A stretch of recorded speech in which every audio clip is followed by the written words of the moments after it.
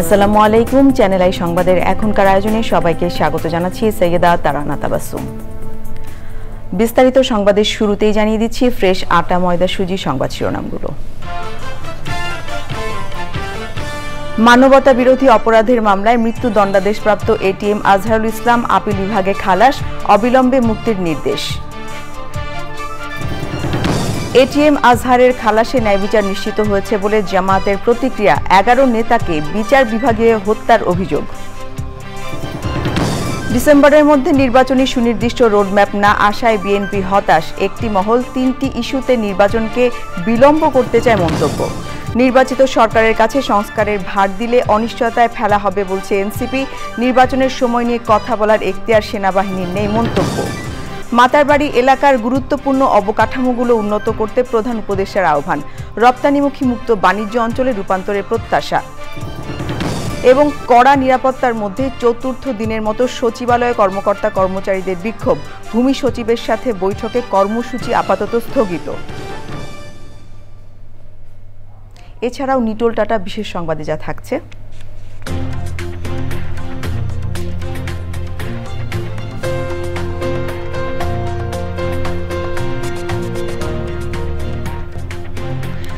গাজাবাসীর জন্য রাজধানীর একটি মসজিদের অনুদান দেওয়ার খবর।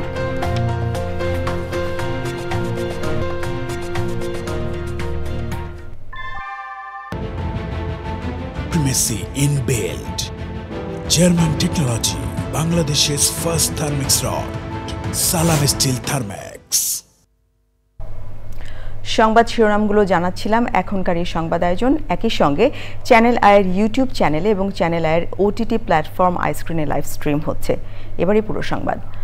মানবতা বিরোধী অপরাধের মামলায় মৃত্যুদণ্ডাদেশপ্রাপ্ত জামাত নেতা এটিএম আজহারুল ইসলামকে খালাস দিয়েছেন আপিল বিভাগ। একই সাথে ট্রাইব্যুনাল ও আপিল বিভাগের আগের রায় বাতিল করেছেন আদালত। অন্য কোনো মামলা না থাকলে আসামিকে অবিলম্বে মুক্তি দেওয়ারও নির্দেশ দেওয়া হয়েছে। মানবতা বিরোধী অপরাধে মৃত্যুদণ্ডাদেশপ্রাপ্ত কোনো আসামিকে প্রথমবারের মতো খালাস দেওয়া হলো। মাজহারুল হক মান্নার রিপোর্ট। মানবতা বিরোধী অপরাধের মামলায় জামায়াত নেতা এটিএম আজহারুল ইসলামের মৃত্যুদণ্ডের রায়ের বিরুদ্ধে আপিল শুনানি শেষে 27 মে রায় ঘোষণার দিন ঠিক করেন আপিল বিভাগ। রায় ঘোষণার সময় আদালত কক্ষে জামায়াতপন্থী অনেক আইনজীবী উপস্থিত ছিলেন। এর আগে আপিল শুনানিতে আজহারুল ইসলামের আইনজীবীরা আদালতকে বলেন, অযৌক্তিক সাক্ষ্য প্রমাণ, সাক্ষীর সাক্ষ্যতে গরমিল, আইন না মেনে বিচার করা এবং ষড়যন্ত্রের মাধ্যমে আজহারুল ইসলামকে সাজা দেওয়া হয়েছিল। সকাল 9:50 প্রধান বিচারপতি সৈয়দ রেফাত আহমেদের নেতৃত্বে 7 বিচারপতির পূর্ণাঙ্গ আপিল বেঞ্চ প্রথমে পর্যবেক্ষণ দেন এবং আদালত 4টি অবজারভেশন দিয়েছেন। তার মধ্যে প্রথমটি বলেছেন, অতীতের রায়ে বাংলাদেশ সহ এই ভারতীয় সাবকন্টিনেন্টের ক্রিমিনাল বিচার ব্যবস্থার পদ্ধতি চেঞ্জ করে দেওয়া হয়েছিল, এটা ছিল সবচাইতে বড় ভুল। আরো বলেছেন, আদালতের সামনে উপস্থাপিত সাক্ষ্য প্রমাণ অ্যাসেসমেন্ট করা ছাড়াই জনাব এটিএম আজহারুল ইসলাম সাহেবকে ফাঁসি দেওয়া হয়েছিল। এবং আরেকটি ইম্পর্টেন্ট কথা বলেছেন যে পৃথিবীর ইতিহাসে এটি একটি ট্র্যাভেস্টি অফ ট্রুথ, অর্থাৎ বিচারের নামে অবিচার। পরে ওই আপিলের উপর সিদ্ধান্ত জানান সর্বোচ্চ আদালত। যে সমস্ত তথ্য প্রমাণ আদালতে হাজির করা হয়েছিল, অতীতের আপিল বিভাগ তা সঠিকভাবে বিবেচনা করতে ব্যর্থ হয়েছে। ফলশ্রুতিতে আজকে জনাব এটিএম আজহারুল ইসলাম সাহেবকে বেকসুর খালাস প্রদান করেছেন। বাংলাদেশের ইতিহাসে নয়, পৃথিবীর ইতিহাসে এটি একটি নজিরবিহীন ঘটনা হয়ে থাকবে। রায় নিয়ে প্রতিক্রিয়া জানায় আসামিপক্ষ ও প্রসিকিউশন। এরই মাধ্যমে আমরা মনে করি ন্যায় বিচার প্রতিষ্ঠিত হয়েছে, সত্য বিজয়ী হয়েছে, মিথ্যা পরাভূত হয়েছে। আজহার সাহেবের মামলায় যে মেরিটগুলো ছিল সেগুলোর ব্যাপারে আমরা অ্যাপিলেট ডিভিশনে বলেছিলাম যে এটি up to your lordship's decision. প্রসিকিউশনের পক্ষ থেকে দেশের সর্বোচ্চ আদালতের রায়কে আমরা মেনে নিয়েছি এবং আমরা এটা মেনে নিতে বাধ্য। মানবতা বিরোধী অপরাধের মামলায় 2014 সালের 30 ডিসেম্বর এটিএম আজহারুল ইসলামকে মৃত্যুদণ্ডাদেশ দেন আন্তর্জাতিক অপরাধ ট্রাইব্যুনাল। 2019 সালের 23 অক্টোবর মৃত্যুদণ্ডাদেশের রায় বহাল রাখেন আপিল বিভাগ। গত 26 ফেব্রুয়ারি ওই রায়ের বিরুদ্ধে আবার আপিলের অনুমতি দিয়েছিলেন সর্বোচ্চ আদালত। মাজহারুল হক মান্না, চ্যানেল আই, ঢাকা। জামাতে ইসলামীর নেতা এটিএম আজহারুল ইসলামকে খালাসের রায়ে সন্তোষ প্রকাশ করে দলের আমির ডাক্তার শফিকুর রহমান বলেছেন, এর আগে জামাতের 11 জন নেতা মিথ্যা মামলা ও মিথ্যা সাক্ষীর মাধ্যমে জুডিশিয়াল কিলিংয়ের শিকার হয়েছেন। মামলাগুলোতে জালিয়াতি করা হয়েছে বলেও অভিযোগ করেন তিনি। যে কোনো সময়ের ভুলের জন্য দেশবাসীর কাছে ক্ষমা চেয়েছেন জামাতের আমির। রিয়াজ ইসলামের রিপোর্ট। মানবতাবিরোধী অপরাধের মামলায় এটিএম আজহারের আপিলের রায় নিয়ে জামায়াত ইসলামীর জরুরি সংবাদ সম্মেলন। এর রায়ের মধ্য দিয়ে এটা পরিষ্কার হয়ে গিয়েছে। রায়ে সন্তোষ জানিয়ে দলের আমির অভিযোগ করেন, এর আগে আন্তর্জাতিক অপরাধ ট্রাইব্যুনালে আন্তর্জাতিক ও দেশীয় আইন অনুসরণ করা হয়নি।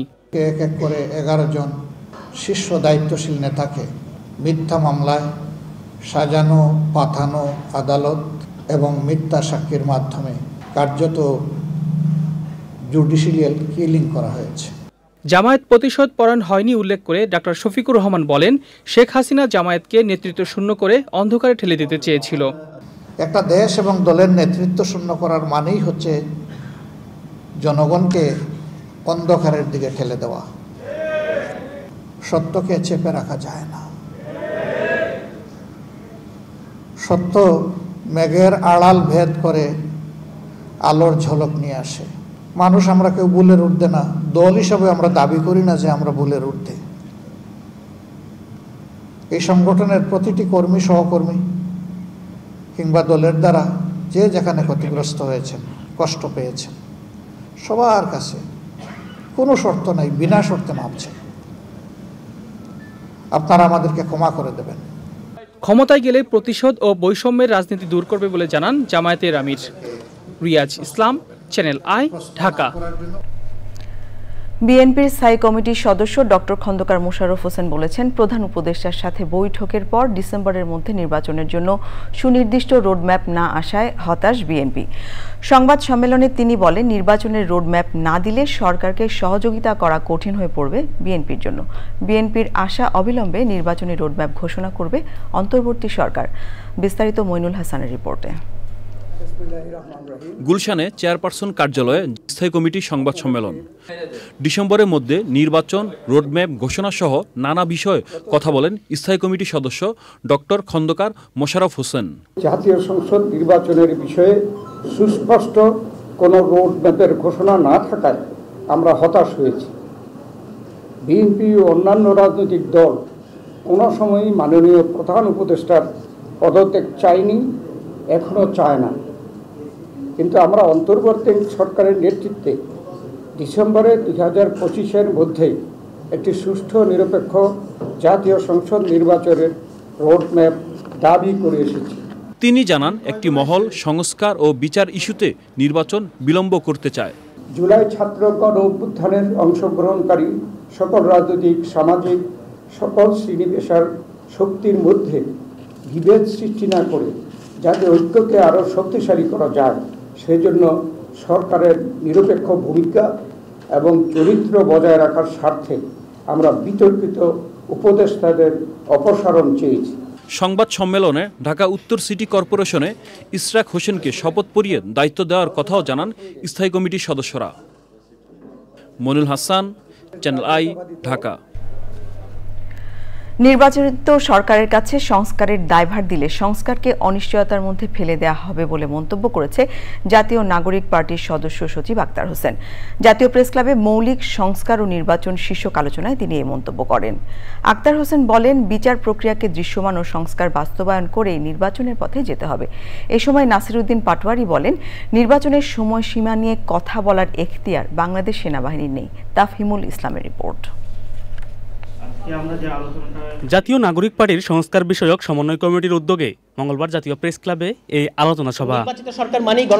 আলোচনা জাতীয় নাগরিক পার্টির কেন্দ্রীয় নেতাদের পাশাপাশি বিভিন্ন রাজনৈতিক ও সামাজিক সংগঠনের নেতারাও উপস্থিত ছিলেন। এ সময় রাজনৈতিক দলের নেতারা সংস্কারের বিষয়ে তাদের মতামত তুলে ধরেন। সংস্কার, বিচার, নির্বাচনের প্যাকেজের মধ্য দিয়েই হচ্ছে 1400 শহীদের রক্তের হিস্সা আদায় করা সম্ভব। তাকে আমরা এনেছি, আমরা ওখানে বসিয়েছি তাকে। এই লোকটার মাথায় একটা দেশের উন্নয়ন করার জন্য কত দেশে সে যে উন্নয়নের ফর্মুলা দিয়েছে, আমরা তাকে কাজ করতে দিতে চাই না। রাজনীতিতে সেনাবাহিনীর ভূমিকা ছাড়াও সংস্কার, বিচার ও নির্বাচন নিয়ে কথা বলেন বক্তারা। বাংলাদেশের সেনাবাহিনী পলিটিক্সের মধ্যে নতুন করে একটি বয়ান জন্ম দিয়েছে। উনি বলেছেন ডিসেম্বরে নির্বাচন হতে হবে। বাংলাদেশি সেনাবাহিনীর এই কথা বলার এখতিয়ার নাই। সংস্কার ছাড়া এবং বিচার ছাড়া কোনো নির্বাচন নয়, কারণ তাছাড়া যদি কোনো নির্বাচন হয় সেই নির্বাচন আমরা পূর্ব অবস্থায় ফিরে যাব। সংস্কার ও নির্বাচনকে মুখোমুখি দাঁড় করানোর অর্থ নেই মন্তব্য করে এনসিপির সদস্য সচিব বলেন, মৌলিক সংস্কারের ক্ষেত্রে সব রাজনৈতিক দলকে এক হতে হবে। অনেকে বলেছেন নির্বাচিত সরকার এসে তারপরে সংস্কারকে সম্পূর্ণ করা হবে। আমরা মনে করি এই কথার মধ্য দিয়ে নির্বাচিত সরকারের উপরেই সংস্কারের দায়িত্বভার অর্পণ করার মধ্য দিয়ে সংস্কারকে অনিশ্চয়তার দিকে ঠেলে দেওয়ার একটা মানসিকতা রয়েছে। বিদ্যমান রাষ্ট্র ব্যবস্থা বজায় রেখে নির্বাচনে গেলে অতীতের চেয়ে বড় স্বৈরাচার দেশে আবির্ভূত হবে বলেও আশঙ্কা প্রকাশ করেন বক্তারা। তাফহিমুল ইসলাম, চ্যানেল আই, ঢাকা। উপকূলীয় অঞ্চলকে দেশের শীর্ষস্থানীয় উৎপাদন ও রপ্তানিমুখী মুক্ত বাণিজ্য অঞ্চলে রূপান্তর করতে মাতারবাড়ি এলাকার গুরুত্বপূর্ণ অবকাঠামোগুলো আরও উন্নত করতে কাজ করার আহ্বান জানিয়েছেন প্রধান উপদেষ্টা অধ্যাপক ডক্টর মোহাম্মদ ইউনূস। এই অঞ্চলকে কেন্দ্র হিসেবে গড়ে তোলার পরিকল্পনার কথা জানান তিনি। মোস্তফা মল্লিকের রিপোর্ট। রাষ্ট্রীয় অতিথি ভবন যমুনায় উচ্চ পর্যায়ের বৈঠকে সভাপতিত্ব করেন প্রধান উপদেষ্টা। বলেন, মাতারবাড়িকে দেশের বৃহত্তম সমুদ্রবন্দর, পণ্য উৎপাদন ও সরবরাহ এবং জ্বালানি উৎপাদনের কেন্দ্র হিসেবে গড়ে তোলার পরিকল্পনা করছে সরকার। পরে ফরেন সার্ভিস একাডেমিতে সংবাদ সম্মেলন করে প্রধান উপদেষ্টার প্রেস উইং। মাতারবাড়ি ডিপসি পোর্টকে যদি ৬টা টার্মিনাল যখন তৈরি হয়ে যাবে, আমাদের আর বাংলাদেশ থেকে এটা সিঙ্গাপুরে আর আমাদের প্রোডাক্ট পাঠানো লাগবে না, যে ওইখান থেকে আবার বিভিন্ন বড় বড় পোর্টে যে পাঠানো, এটা এখন ডাইরেক্ট মাতারবাড়ির থেকে হবে। আমাদের চিফ অ্যাডভাইজারের প্ল্যান হচ্ছে মাতারবাড়িকে ঘিরে মাতারবাড়ি মহেশখালীকে একটা নিউ সিঙ্গাপুরে টার্ন করা। প্রধান উপদেষ্টার জাপান সফর নিয়েও কথা বলেন প্রেস সচিব। জাপানি প্রাইম মিনিস্টার শিগেরু ইসাবার সাথে ওনার বায়োলেটারাল মিটিং আছে। পুরোটাই ফোকাস হচ্ছে যে জাপানে কিভাবে বাংলাদেশি ম্যান পাওয়ার, আরও স্কিল ম্যান পাওয়ার পাঠানো যায়। আমাদের টার্গেট হচ্ছে ১ লক্ষ বাংলাদেশিকে জাপানে পাঠানো। ৩১শে মে দেশে ফিরবেন অধ্যাপক ইউনূস। এক প্রশ্নের জবাবে প্রেস সচিব বলেন, প্রজাতন্ত্রের কর্মচারীদের আইন মেনে চলাটাই আইন। Mostafa Mallik, channel I, Dhaka.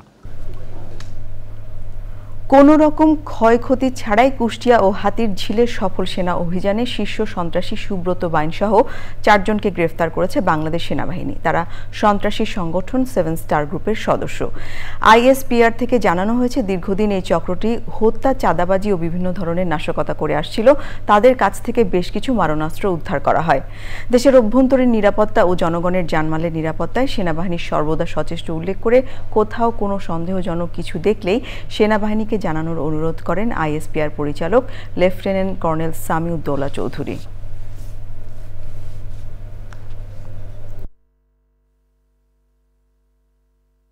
সুব্রত বাইন এবং মোল্লা মাসুদ হল তালিকাভুক্ত 23 জন শীর্ষ সন্ত্রাসী দলের অন্যতম নেতা এবং 7 স্টার চক্রের মূল পরিকল্পনাকারী। এই অভিযান ছিল দীর্ঘদিনের গোয়েন্দা তৎপরতা এবং পরিকল্পনার ফসল।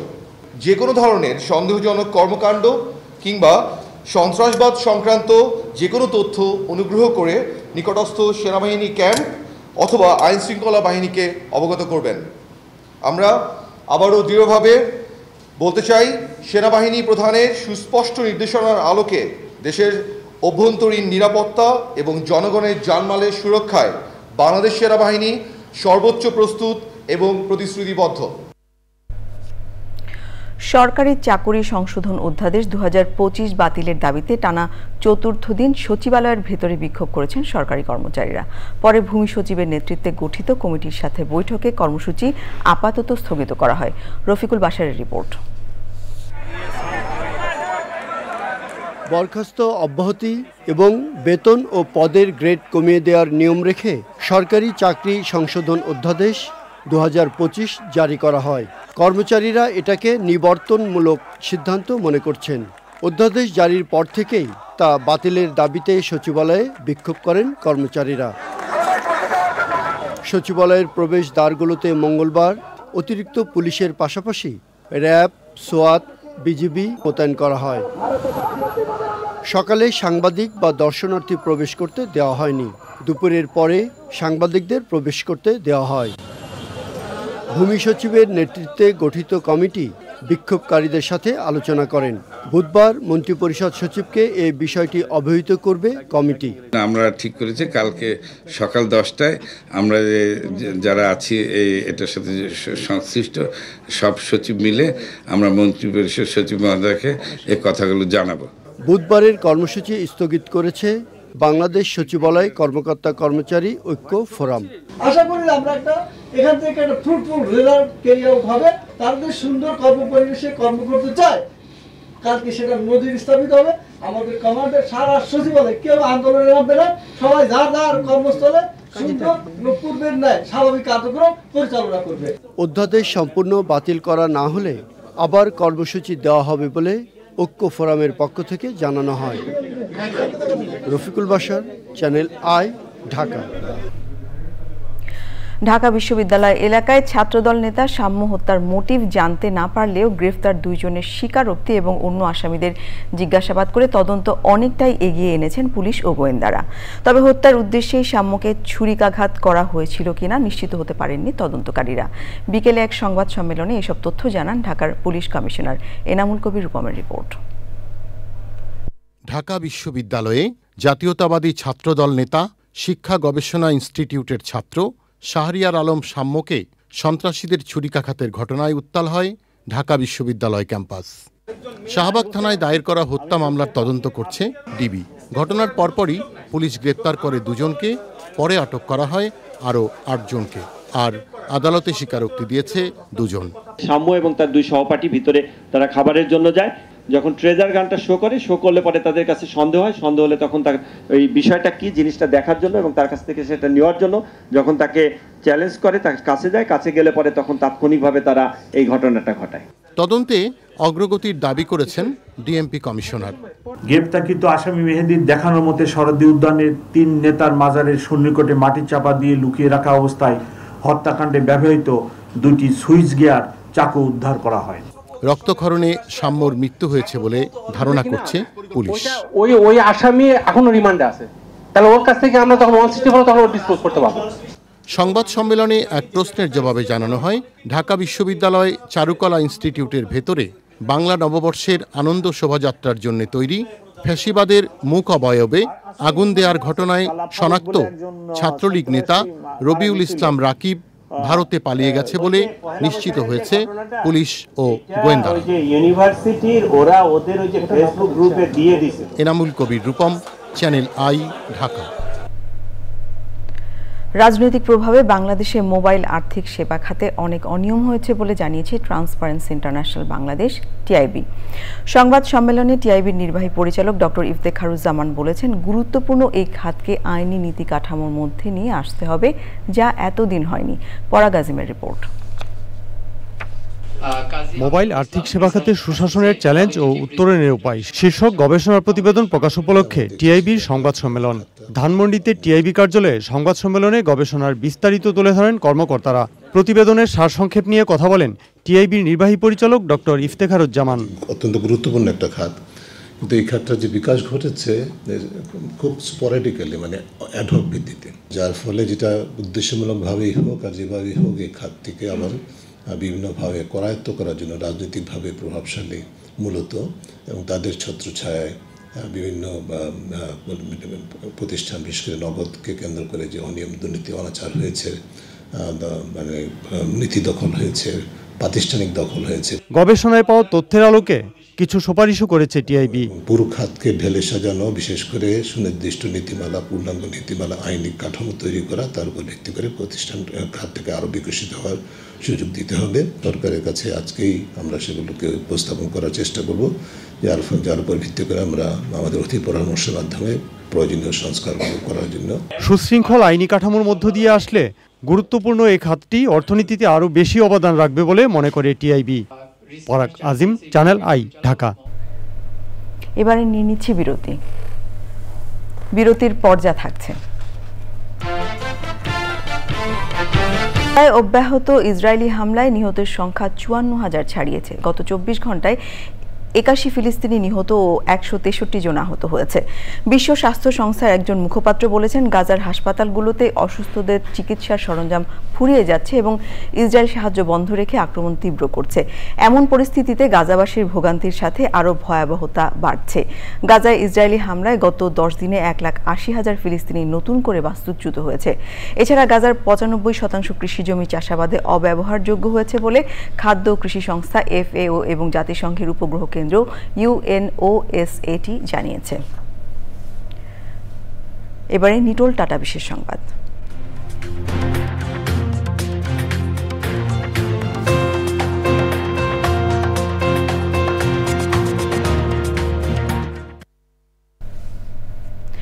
রাজধানীর উত্তরা ১৪ নম্বর সেক্টরের বায়তুল আমান জামে মসজিদ কমিটি ফিলিস্তিনে গাজাবাসীর জন্য ২৬ লাখ টাকা অনুদান দিয়েছে। ২৬ লাখ টাকার চেক প্রদান উপলক্ষে আলোচনা সভার আয়োজন করে বায়তুল আমান মসজিদ কমিটি। সভায় হাফেজি হুজুর রহমতুল্লাহ সেবা ফাউন্ডেশনের উপদেষ্টা মোহাম্মদ মিকাইল করিম বলেন, যতদিন পর্যন্ত গাজার সংকট নিরসন না হবে ততদিন গাজায় এ ধরনের কার্যক্রম চলমান থাকবে। সার্বিক সেবা ও সহযোগিতার লক্ষ্যে বর্তমানে গাজাবাসীর জন্য প্রচুর খাবার, পানি, চিকিৎসা ও তাঁবু প্রয়োজন, তাই সবার সহায়তাও প্রয়োজন। মসজিদ কমিটির সভাপতি মোহাম্মদ তোফাজ্জল হোসেন বলেন, ইসরায়েলি হামলার শুরু থেকেই গাজার অভুক্ত মানুষদের পাশে সাধ্যমতো দাঁড়ানোর চেষ্টা করে আসছে বাংলাদেশের কয়েকটি সমাজসেবী সংস্থা। এবারে কৃষি সংবাদ।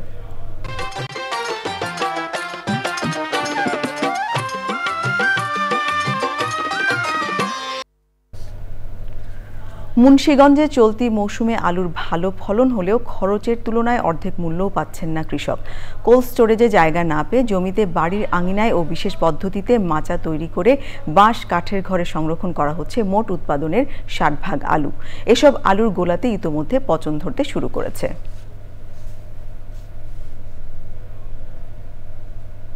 এবারে প্রকৃতি সংবাদ।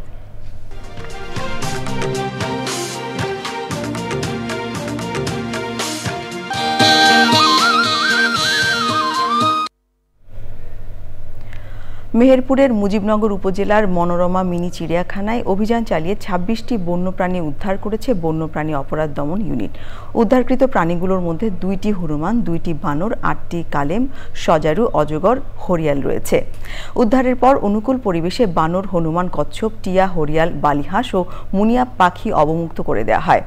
বন্যপ্রাণী অপরাধ দমন ইউনিটের বন্যপ্রাণী পরিদর্শক আব্দুল্লাহ আল সাদিক জানান, সারা দেশের চিড়িয়াখানা, রিসোর্ট ও মিনি পার্কে অবৈধভাবে বন্যপ্রাণী আটকে রাখা হলে তা উদ্ধার করা হবে। বন্যপ্রাণী পাচারের সাথে জড়িতদেরও চিহ্নিত করা হচ্ছে বলেও জানান তিনি। এবারে পূবালী ব্যাংক বাণিজ্য সংবাদ।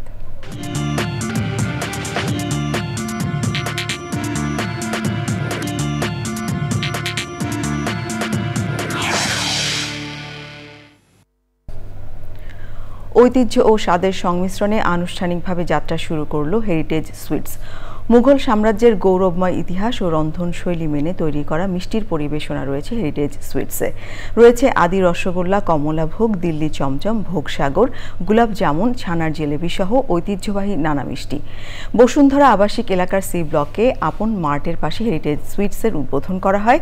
সে সময় ছিলেন ICCBর chief operating officer MM Jasimuddin সহ প্রতিষ্ঠান সংশ্লিষ্ট ঊর্ধ্বতন কর্মকর্তারা। ঢাকাতে এই একটি মাত্র ব্র্যান্ড ICCB হেরিটেজ যে সুইটস, এই সুইটস একমাত্র ব্র্যান্ড যেখানে কোনো প্রিজারভেশন, কোনো কৃত্রিম উপাদান ছাড়াই এখানে মিষ্টি বানানো হয়। আবারও নিয়ে নিচ্ছি বিরতি। বিরতির পর্যা থাকছে।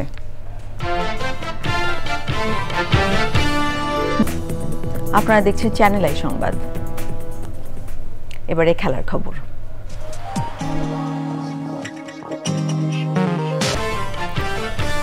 মানবতা বিরোধী অপরাধের মামলায় মৃত্যুদণ্ডাদেশপ্রাপ্ত ATM আজহারুল ইসলাম আপিল বিভাগে খালাস, অবিলম্বে মুক্তির নির্দেশ।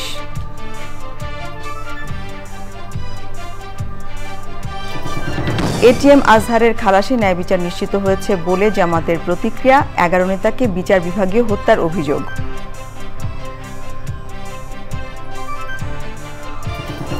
ডিসেম্বরের মধ্যে নির্বাচনী সুনির্দিষ্ট রোডম্যাপ না আসায় বিএনপি হতাশ।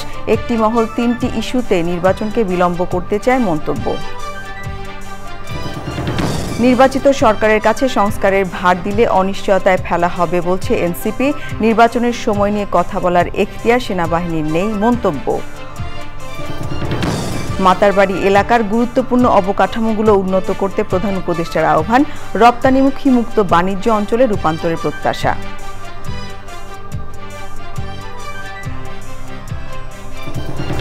এবং কড়া নিরাপত্তার মধ্যে চতুর্থ দিনের মতো সচিবালয় কর্মকর্তা কর্মচারীদের বিক্ষোভ। ভূমি সচিবের সাথে বৈঠকে কর্মসূচি আপাতত স্থগিত। এই ছিল আমাদের এখনকার সংবাদ আয়োজন। ধন্যবাদ সবাইকে এতক্ষণ সঙ্গে থাকবার জন্য।